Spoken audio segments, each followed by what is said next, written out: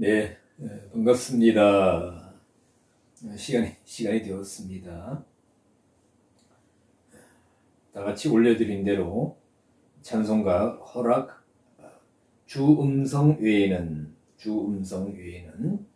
통일 찬송가 500장, 새 찬송가 446장, 주음성 외에는 통일 찬송가 500장, 새 찬송 446장 찬양 드림으로 주일 저녁 라이브 톡 예배를 시작하겠습니다. 주음성 외에는 더 기쁨 없도다. 날 사랑하신 주 늘 계시옵소서.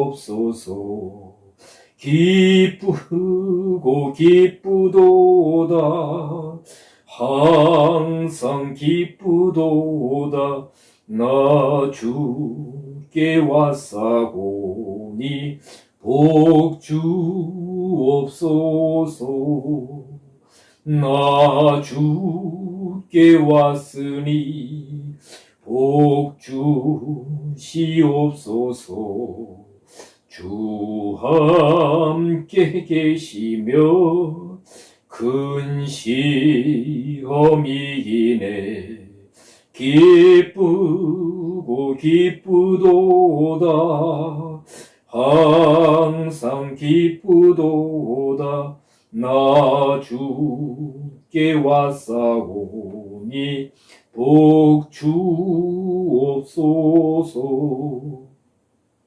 주 떠나가시면 내 생명 헛되네. 즐겁고 슬플 때 늘 계시옵소서. 기쁘고 기쁘도다. 항상 기쁘도다. 나 주께 왔사오니 복 주옵소서. 그 귀한 언약을 이루어 주시고 주 명령 따를 때 늘 계시옵소서. 기쁘고 기쁘도다. 항상 기쁘도다. 나 주께 왔사오니 복 주옵소서.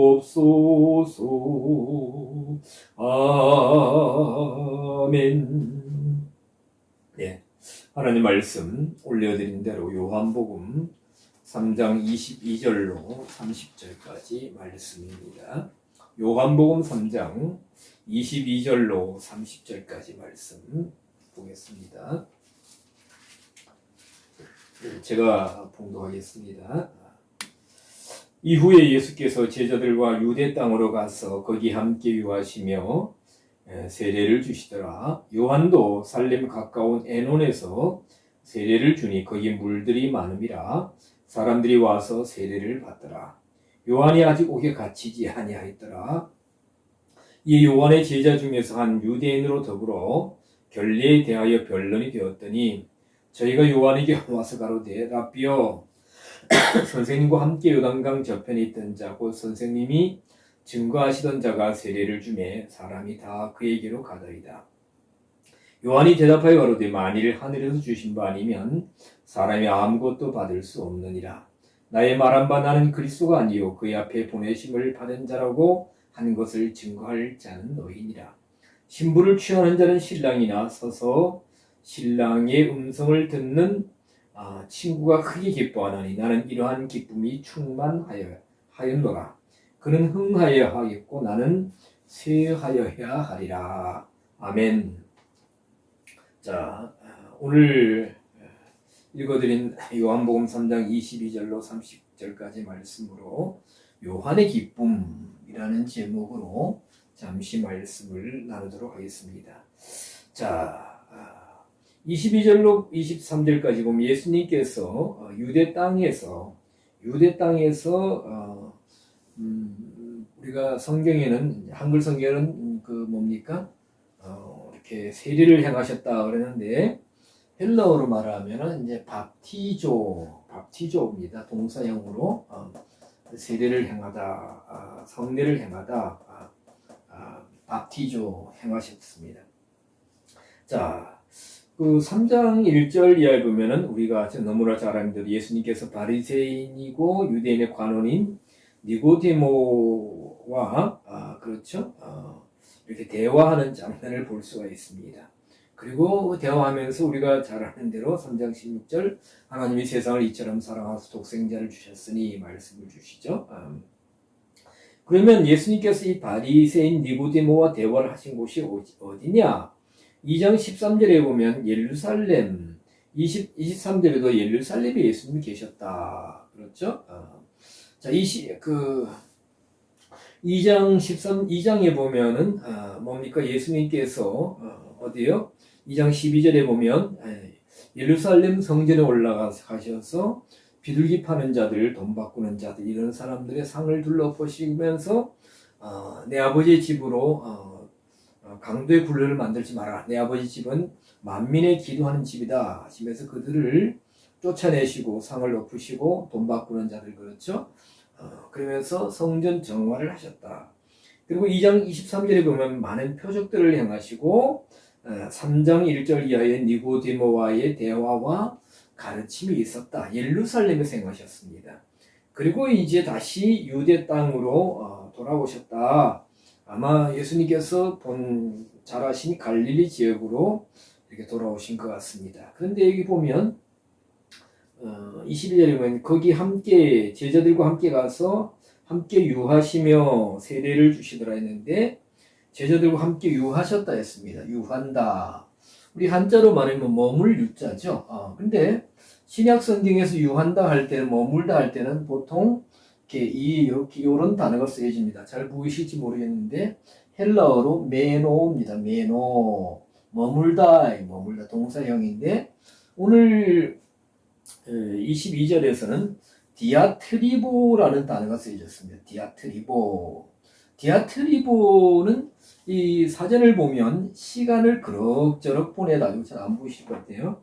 시간을 그럭저럭 보내다. 아니 그러면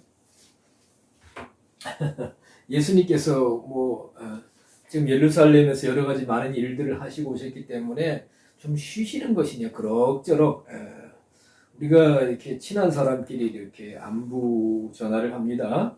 아니면 또 어떤 저도 이제 집사님이나 장로님이나 이런 권사님 분들이 전화를 하셔서 통화하는 가운데 목사님 요즘 어떻게 보내세요? 그럭저럭 지냅니다.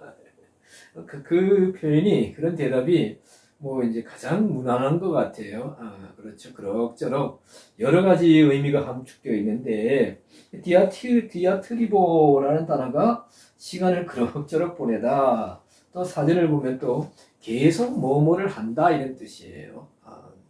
자, 참 재미있습니다. 자, 여전히 뭐뭐시다. 계속하다. 자, 우리가 공간 복음을 통해서 예수님의 일상으로 우리가 이렇게 회상해보면 일상들을 우리가 회상해보면 예수님은 늘 말씀을 가르치셨습니다. 그렇죠? 회중들에게 설교하시고 전파한 말씀, 설교한 말씀이 회중들이 이해 못하고 특히 제자들이 이해 못할 때는 자세히 풀어 설명하셨습니다. 그리고 찾아가셨습니다. 그리고 많은 사람들의 어려움을 함께 하셨습니다. 기적을 베풀어 주셨습니다. 성경에 기록되지 않는 많은 일들을 하셨습니다. 자, 그런데 시간을 그럭저럭 보냈다 하는 것은 예수님이 그러면 놀았느냐, 쉬었느냐 아마 그런 의미는 아닌 것 같습니다. 제가 이 단어를 설명하기 위해서 어떻게 설명할까, 어떻게 이해할까 하다가 이런 표현이 맞을지 모르겠지만은 가령 부자들이 있습니다. 엄청난 부자들이 있습니다. 그래서 부자들이 여행을 갑니다. 유럽 15일, 유럽 한 달 정도 가는 것은 그들에게는 그저 아무것도 아니죠. 그리고 뭐 크루즈선을 타고 뭐 3개월, 6개월 해서 세계를 이렇게 계속해서 다니는 분들도 있을지도 모르겠습니다. 그런 부자들이 그렇게 여행을 많이 가는 분들이 우리 서민들이 마음 먹고 뭐 동남아나 중국이나 비용이 저렴한데 3박 4일 잠깐 다녀오는 것은 그들에게는 만약에 3박 4일 잠깐 다녀온다 이것은 마치 안방에서 건너방 건너가는 것처럼 너무나 아무것도 아닌 것처럼 그런 일들이 아닐까. 그래서 예수님께서 어떤 특별한 말씀을 가르치시거나 또 뭡니까 사역을 하시지 않고 디아트리보 시간을 그럭저럭 보내시는데 뭘 하셨느냐? 제자들과 함께 뭡니까? 우리 한글 성경으로는 이제 세례를 베푸셨다. 세례를 베푸셨다. 그렇죠. 예수님을 따르는 많은 사람들, 또 예수님을 옆에서 지켜보는 사람들이, 예수 저분이, 어저께는, 얼마 전에는, 저쪽에 예루살렘 또 어디 가서, 뭐, 사람들을 몇천 명 또 모인 가운데서 또 어려운 사람들이, 병자들이 있는 가운데서 이런 일도 저런 일도 하셨는데, 뭐, 조용하게 계시네. 그저 사람들이 몇 명 와가지고 물가에 가서 이렇게 세례를 주는구나. 바티저를 행하는구나. 자, 예수님이 그 제자들과 함께 이렇게 밥티저를 행하셨다. 세례. 자, 우리가 보면 거기 보면 23절에 요한도 세례 요한이죠. 살렘 가까운 에논에서 살렘 가까운 에논이라는 지역이 있습니다. 그런데 특별한 이런 두드러지게 나타나지 않는 그런 곳 같아요. 그래서 성경 사전을 찾아봐도 이 지역이 어떤 지역이다. 가령 예루살렘하고 거리가 얼마큼 멀다. 갈릴리에서 어느 정도 위치했다. 그런 이런 자료들이 없습니다. 하여튼 세례 요한도 이곳에서 밥티조를 즉 세례를 베풀고 있었다 했습니다. 이렇게 그 요한과 예수님이 이 부분에서 세례를 베푸는 이유는 거기 물들이 많았다 했습니다. 물들이 많았다고 했습니다. 자, 왜 성경에서 이것을 말씀하고 계시느냐? 자, 오늘날 교회가 이렇게 세례를 베풉니다. 성례를 하죠. 성례라고 하는데 보통 우리가 잘 아시다시피 입교인 6개월이면 학습 문답을 하고 그리고 다시 6개월 동안 신앙생활을 잘하고 출석을 잘하고 말씀을 잘 가르침을 받으면 이제 정식 교인이 되는 거죠. 그래서 문답을 해서 세례를 베풉니다. 성례를 베풉니다.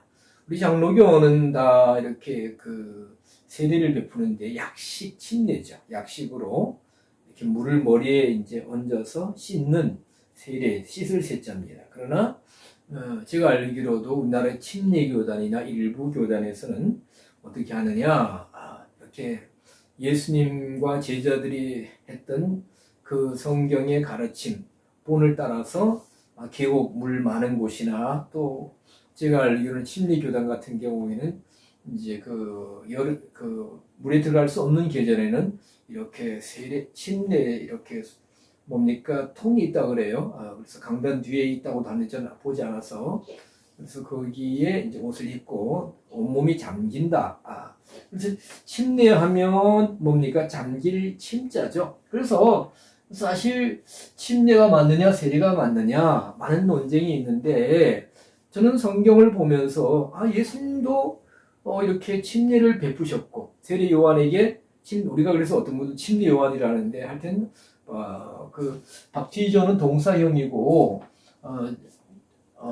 침례를 주다. 그러면 침례는 밥티스마입니다. 그래서 밥티스마 요한, 침례 요한이라고 합니다만은 요한에게 이렇게 물에 완전히 들어갔다가 잠기었다가 올라왔지 않습니까? 그렇죠? 마태복음 4장인가요? 보면 3장이죠. 3장.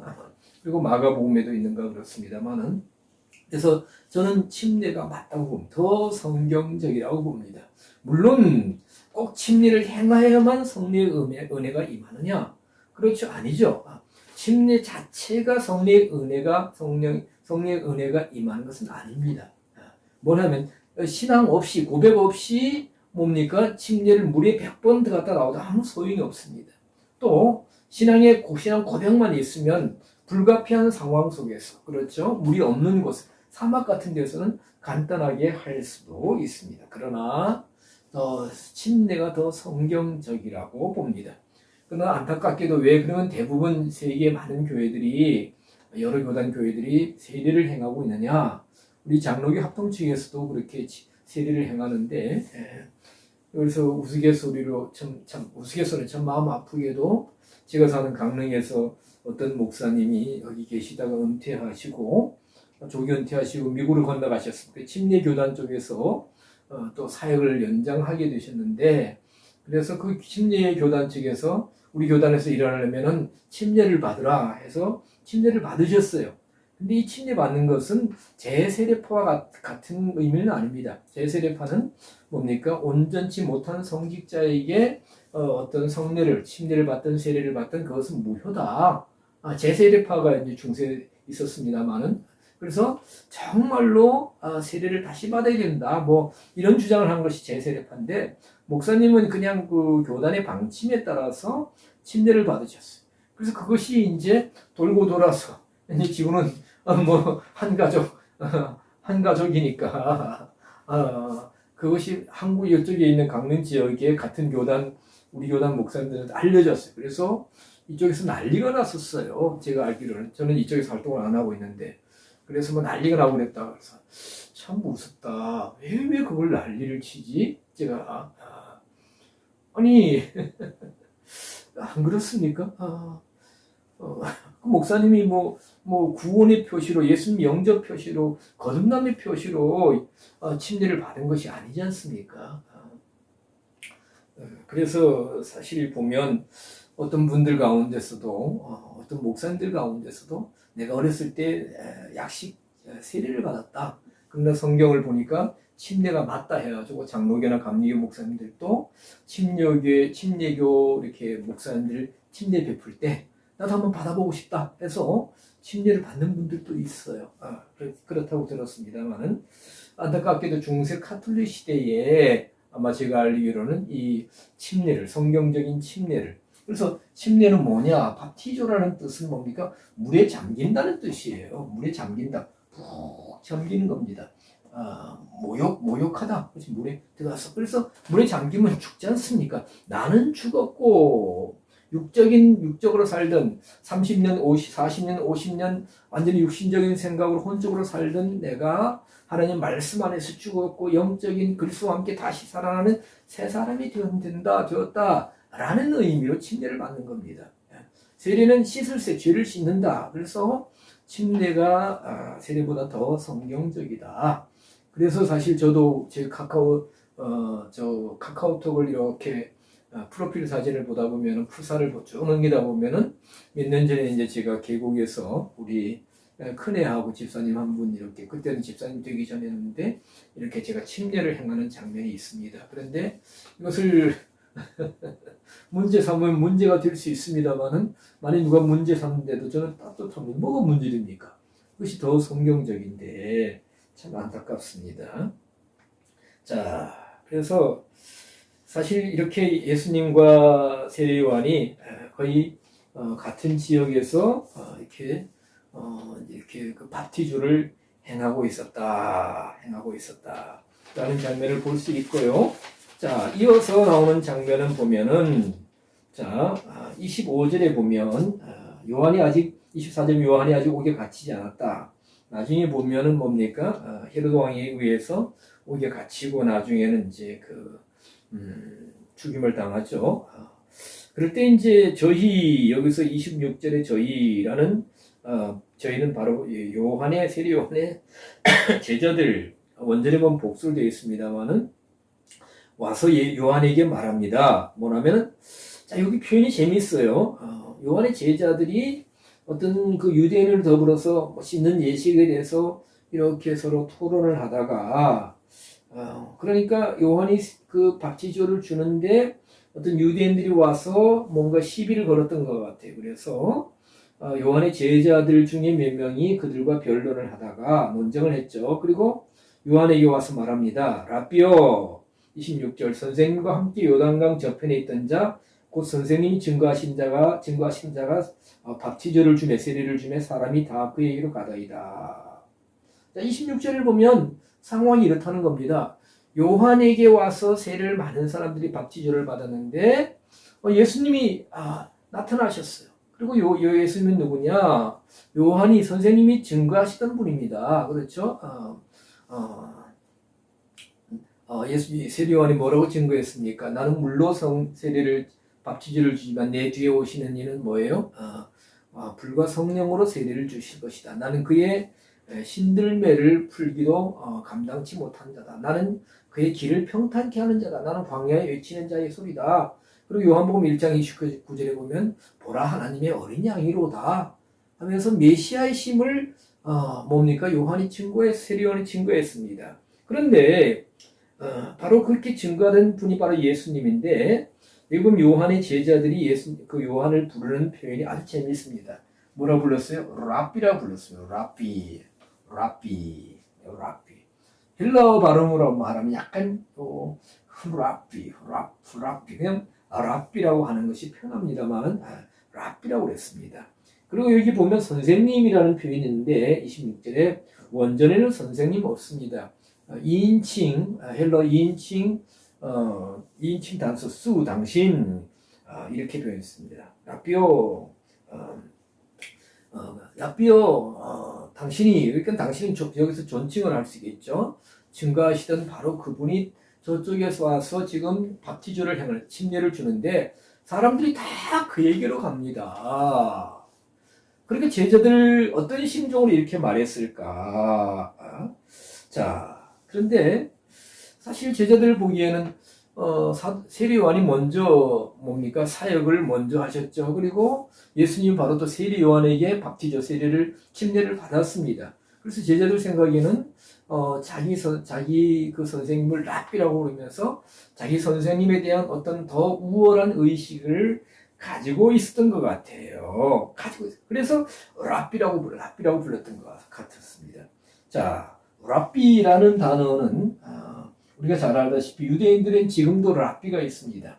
아주 많은 지식을 가진 대학자입니다. 대학자 랍비. 근데 이 랍비는 헬라어로 이렇게 쓰는데 히브리어로 라브라는 단어에서 라브는 많다, 풍성하다, 위대하다, 연장자다, 이런 대단히 채워졌다 이런 뜻을 가진 단어입니다. 그런데 신약 성경에서 흥미로운 사실은 예수님에 대해서 이 랍비가 마태복음 26장 25절, 49절 또 여러 곳에서 12번 정도 예수님에 대해서만 랍비가 계속 사용되다가 오직 오늘 본문 요한복음 3장 26절에서만 다른 사람들이 아닌 세례 요한의 제자들이 자기 스승을 가리켜서 랍비라고 표현하고 있습니다. 그러니까 뭘 말씀하는 거예요? 예수님은 와서 말씀 사역을 많이 하셨잖아요. 하나님 말씀을 놀랍게 증거하셨어요. 권세 있는 새 교훈이로다. 그리고 비유를 들어서 말씀하시고 많은 말씀을 풀어서 증거하셨는데 사실 우리가 요한의 사역은 회개하라 천국이 가까웠느니라 하고 외치고 또 타락한 헤롯 정권을 향해서 외치고 회개하라 외치고 그런 거밖에 별로 성경에는 그렇게 나타나 있고 그거밖에 없어요. 물론 제가 요한을 깎아내리는 건 아니라 주의 길을 평탄케 하고 그의 길을 준비하는 광야에서 외치는 자의 소리고 그 사람들의 심령을 회개케 해서 예수님의 복음을 받아들일 수 있는 예수님 오실 때에 평탄한 길이 열릴 수 있도록 그 역할이라는 겁니다. 그래서 아까 나는 물로 세례를 주지만은 밥티저를 주지만 내 뒤에 오시는 나보다 능력이 많으셔서 불과 성령으로 밥티저를 주실 것이다. 그래서 다른 사람들 보기엔 당시 다른 사람들 보기에 요한은 우리가 흔히 세례 요한 일반적으로 세례 요한은 랍비라고 부를 만한 그런 위치는 아닌 겁니다. 그런데 제자들이 자기 스승 요한을 가리켜서 랍비라 하고 부르는 걸 보니까 아마 이 제자들은 은근히 우리 선생님과 또 뭡니까? 예수님의 어떤 뭡니까? 대립부도? 경쟁부도? 아마 그렇게 생각하지 않았을까? 뭐예요? 먼저 예수님보다 사역을 시작하셨고, 또 회개의 세례를 많이 베푸셨고, 회개의 메시지와 밥주제를 많이 베풀었고, 또 이 세례요한의 제자들이 있었지 않습니까? 그렇죠? 그래서 자기 스승님이 더 잘 되고, 더 흥해야 되는데, 예수님이 늦게 시작하신 분이 사람들이 다 그 얘기로 가는 거예요. 다 그 얘기로. 그러니까 선생님 쉽게 표현하면 선생님 큰일 났습니다. 어찌하면 좋겠습니까? 사람들이 다 저리로 갑니다. 우리에게는 이제 안 옵니다. 라는 표현이 아닐까. 자, 이때 어떻게 해야 되느냐? 이때 어떻게 해야 되냐? 만약에 이런 경우에 어떻게 해야 됩니까? 예수님이 세례요한은 지금까지 많은 사람들에게 관심의 대상이었고, 많은 사람들이 그에게 와서 아까 말씀드린 것처럼 이렇게 그 침례, 밥지조를 받았습니다. 그리고 많은 사람들에게 또 뭡니까? 선지자로 인정을 받았습니다. 그리고 사람들이 요한에게 거는 기대가 있었어요. 앞에 보면은 그 선지자냐라고. 그래서 요한이 나는 그리스도가 나는 메시아가 아니다 라고 요한이 자기 자신은 메시아가 아니라고 증거했습니다. 내 뒤에 오시는 이가 있다. 오시는 이가 있다. 바로 그분이 예수 그리스도죠. 사람들이 다 그에게로 가더라. 그에게로. 자, 그에게로 할 때에, 그에게로 갈 때는, 그는 예수님이고, 에게로 할 때는 프로스입니다. 프로스. 그런데 요한이 뭐라고 말합니까? 27절 요한이 대답하여 그러되 만일 하늘에서 주신 바 아니면 사람이 아무것도 받을 수 없느니라. 나의 말한 바 나는 그리스도가 아니요 그의 앞에 보내심을 받은 자라고 한 것을 증거할 자는 너희니라. 신부를 취하는 자는 신랑이나 뭐예요? 서서 신랑의 음성을 듣는 친구가 크게 기뻐하나니 나는 이러한 기쁨이 충만하니라. 요한은 제자들이 와서 선생님 큰일 났습니다. 뭐 몸들은 없지만은 아마 그런 심정으로 이렇게 현재 상황을 말하고 있는데 나는 기쁨이 충만하다. 기쁨이 충만하다. 왜? 뭐예요? 하늘에서 주셨기 때문에 예수님께로 사람들이 간다. 나는 그리스도가 아니다. 그의 앞에 보내심을 받은 자다. 길을 준비하는 자다. 그렇죠? 고대 시대 때에 길을 준비하는 사람이 있습니다. 뭐냐면 왕이 지방을 순찰한다든가 왕이 행차할 때에 뭡니까? 도로를 닦습니다. 그렇죠? 안전을 위해서, 왕의 편리를 위해서. 그러면 그 일만 감당하는 거예요. 예수님을 위해서 세례요한이 한 일이 바로 그와 같은 것입니다. 자, 신부를 취하는 자는 신랑이나, 여기 요한이 재밌는 비유를 드는데, 신부를 취하는 자는 신랑입니다. 그러나, 정말 그 신랑을 사랑한다면, 신랑과 진정한, 뭡니까?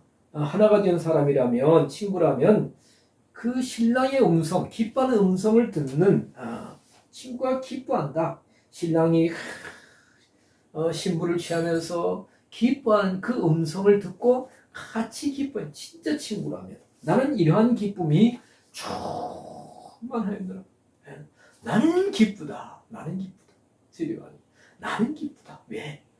나에게로 오는 사람들이 다 지금 예수님께로 갑니다. 그러나 결국은 언젠가는 그들이 다 예수님께로 가야 할 사람들. 아멘? 그렇죠? 요한복음 1장 우리가 35절에서 40절 사이에도 보면 세례요한이 뭐예요? 앞에 보라 세상 죄를 지고하는 하나님의 어린 양이로다 하고 제자들 앞에서 예수님을 증거했을 때 세례요한의 제자 2명이 예수님께로 갔습니다. 근데 세례요한이 지금 같으면 우리 같으면 뭐 난리가 나죠. 요즘 사실 뭐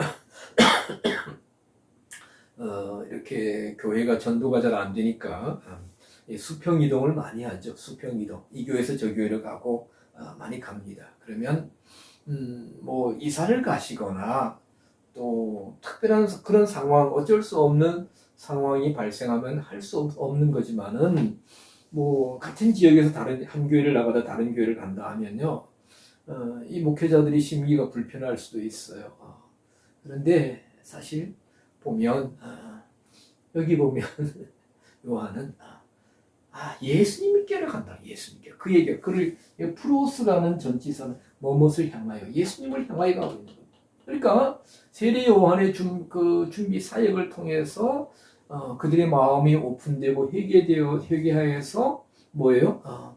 마음이 오픈되어서 예수님의 복음을 받아들일 수 있는 준비하는, 그래서 그의 길을 첩경케 하고 그의 길을 여는 그 사역이 바로 요한의 사역이었지 않습니까? 그런데 자신을 통하여 예수님께로 가는 길을 뭡니까? 준비하는 사역이라는 거예요. 근데 이제 예수님 직접 오셔서 사역하시고 밥지주를 행하기 때문에 예수님께 가서 밥지주도 받고 세례도 받고 침례도 받고 말씀도 듣고 뭡니까? 더욱더 세례 요한 자신이 감당할 수 없는, 그들에게 끼칠 수 없는 놀랍고 풍성한 하나님의 말씀을 증거받을 수 있는데 예수님께로 가는 것이 뭐가 문제라는 거예요. 예수님께로 가니 그를 향해 가니 나는 이러한 기쁨이 충만하다. 자, 오늘 우리가 이러한 기쁨이 우리가 있느냐? 문제는 이러한 기쁨이 우리에게 있느냐 이겁니다. 특히 목회자들이 이런 기쁨을 가져야 돼요. 사실 보면 2단 3단의 사입이 왜 문제가 되느냐? 예수님이 제자 삼지 않고 자기 제자를 삼습니다. 물론 2단과 사입에는 조금 다르죠. 2단은 교리나 모든 면에서 우리 기독교가 비슷한데 조금 다른 거고, 사입이는 뭡니까? 많이 다른, 완전히 다른 거죠. 그런데 많은 사람들이 미혹받고 있습니다.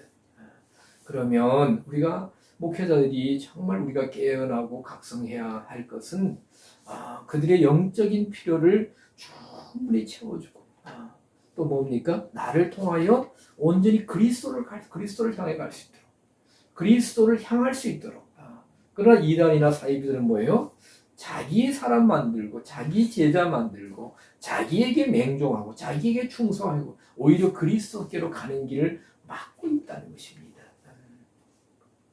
우리 목회자들은 나를 통하여 성도 한 사람 한 사람이 진정 그리스도께로 갈 수 있도록 도와줘야 되고, 그들이 그리스도께로 바로 갈 때에 어떻게 해요? 정말 기뻐하고 기뻐할 수 있는, 여기 보면 나는 이러한 기쁨이 충만하리라 하면서 30절 너무나 잘 아는 그는 흥하여야 하겠고, 그렇죠? 나는 쇠하여야 하리라.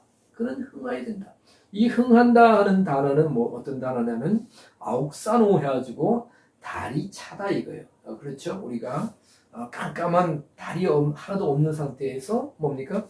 작은 초승달이 떴다가 어떻게 해요? 또 채워지죠? 조금 더 커서 이렇게 반달이 되었다가 좀 더 채워져서 만달이 되는 거죠. 만달. 그래서 보름달이 되고. 그래서 예수님이 흥해야 하겠고는 뭐예요? 이렇게 달이 채워진다라는 건데, 이런 단어의 뜻인데, 세례요한은 나는 쇠해지고 나는 없어지고, 그렇죠? 진정한 사역자라면 세례요한과 같은 자세를 가져야 됩니다. 나는 사라지고 나는 없어지고, 내 공로, 내 노력, 내 수고, 내 헌신, 내 결과, 이것은 다 주님을 위한 것이. 아멘. 그리함으로 말미암아 나를 통하여, 옛날 어른들이 그랬죠. 나를 밟고 올라가라는데 나를 통하여 그리스도께로 갈 수 있도록 나에게 왔던 제자들도 보내고, 또 나보다 더 능력 많으시고 더 은혜 풍성하신 나는 랍비라 부를 자격이 없다 이거예요. 예수 그 세례요한의 제자들이 자기 자신을 랍비라고 불렀지만 나는 랍비가 아니다. 나가 아니라 예수님께로 가야 된다. 그래서 오늘날도 만약에 이 자리에 목회자분들 들어와 계신지 모르겠지만 정말로 나보다 10배, 20배, 100배 훌륭한 일품과 훌륭한 말씀과 훌륭한 영성을 가진 분들에게 뭡니까? 만약에 같은 지역에서 목회하는데 그분들의 목회가 더 정말 성도들을 더 훌륭한 또 귀한 성도로 양육할 수 있다면 보내드릴 수도 있는 것이고요. 그렇죠? 보내드릴 수 있는 것이고, 또 만약에 간다 할지라도 기뻐하고 기뻐할 수 있는 이런 기쁨을 가질 수가 있어요. 이러한 기쁨은 영적인 기쁨입니다. 나를 포기하는 기쁨이에요. 내가 없어져도 나는 낮아지고 나는 사라진다 할지라도 그런 기쁨, 주님의 뜻이 이루어지는 기쁨, 죽기로 가서 더 영적으로 채워지고 나에게 양육받던 사람이, 나와 관계하던 사람이 더 뭡니까? 하나님의 사람으로, 존귀한 사람으로, 영광스러운 사람으로 만들어질 수 있는 그런, 세워질 수 있는 그런 일이 있을 때, 그런 주님께로 향할 때 우리는 기뻐하고 이런 기쁨이 충만하 있다. 세례 요한의 고백임을 볼 수가 있습니다. 자, 우리는 언제 기뻐하느냐? 기쁘고 기쁘도다, 항상 기쁘도다. 우리가 시작하면서 찬송을 불렀는데 언제 기뻐하느냐? 우리 자신들 한번 봅시다. 뭔가 풍성해질 때, 뭔가 잘 될 때, 어떤 외적으로 좋은 일이 있을 때 기뻐할 수 있죠. 그러나 오늘 본문의 요한은 뭡니까?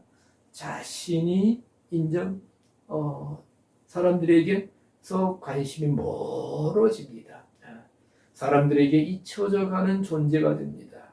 발길이 끊어지는 존재가 됩니다.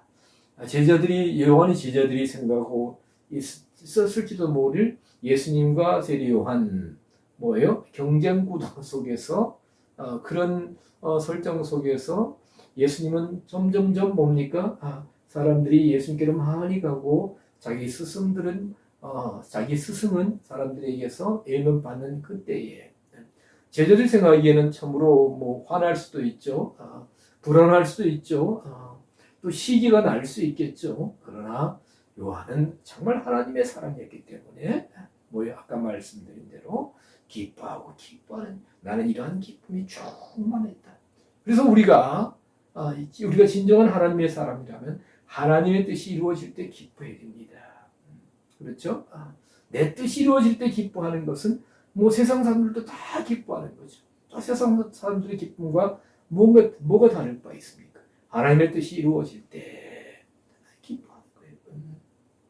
영적인 일들이 이루어져가고 성취될 때 기뻐해야 됩니다. 그것이 나에게만 아니라 다른 내 주위의 형제 자매들, 또 내가 연관 맺고 있는 여러 사람들에게도 이러한 기쁨이 이루어질 때, 이러한 일들이 이루어질 때 기뻐할 수 있는, 이것이 진정한 뭡니까? 하나님이 기뻐하시는, 하나님이 인정하시는 진정한 하나님의 사람의 자세가 아닌가 생각됩니다. 이러한 기쁨이, 요한의 기쁨이 우리의 기쁨이 될 수 있도록 오늘 이후로 우리가 말씀을 통해서 우리의 관점이, 또 우리의 영적인 상태가 새롭게 될 수 있기를 우리 주님 예수 그리스도의 이름으로 축원을 드립니다. 기도하겠습니다. 하나님 감사합니다. 오늘 저녁에도 말씀을 함께 나누게 해주심을 감사를 드립니다. 이 자리에 들어와 있는 사랑하는 백성들을 축복하여 주시고 저희들에게 오늘 세례 요한의 기쁨과 같은, 비록 나는 사라지고 나는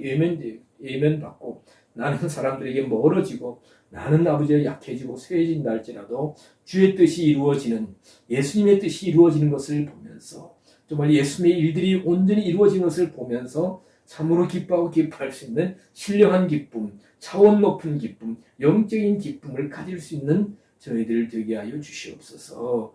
이러한 기쁨으로 충만할 때 진정 하나님 안에서의 기쁨이 정말 성령의 열매인 희락으로 맺혀지게 하여 주시고, 정말 범사에 기뻐하고 감사하며 오직 모든 일에 하나님께 영광을 돌리는 진정한 하나님의 사람들로 세워지게 하여 주시옵소서. 감사드리고 예수님 이름 받들어 기도드리옵나이다. 아멘.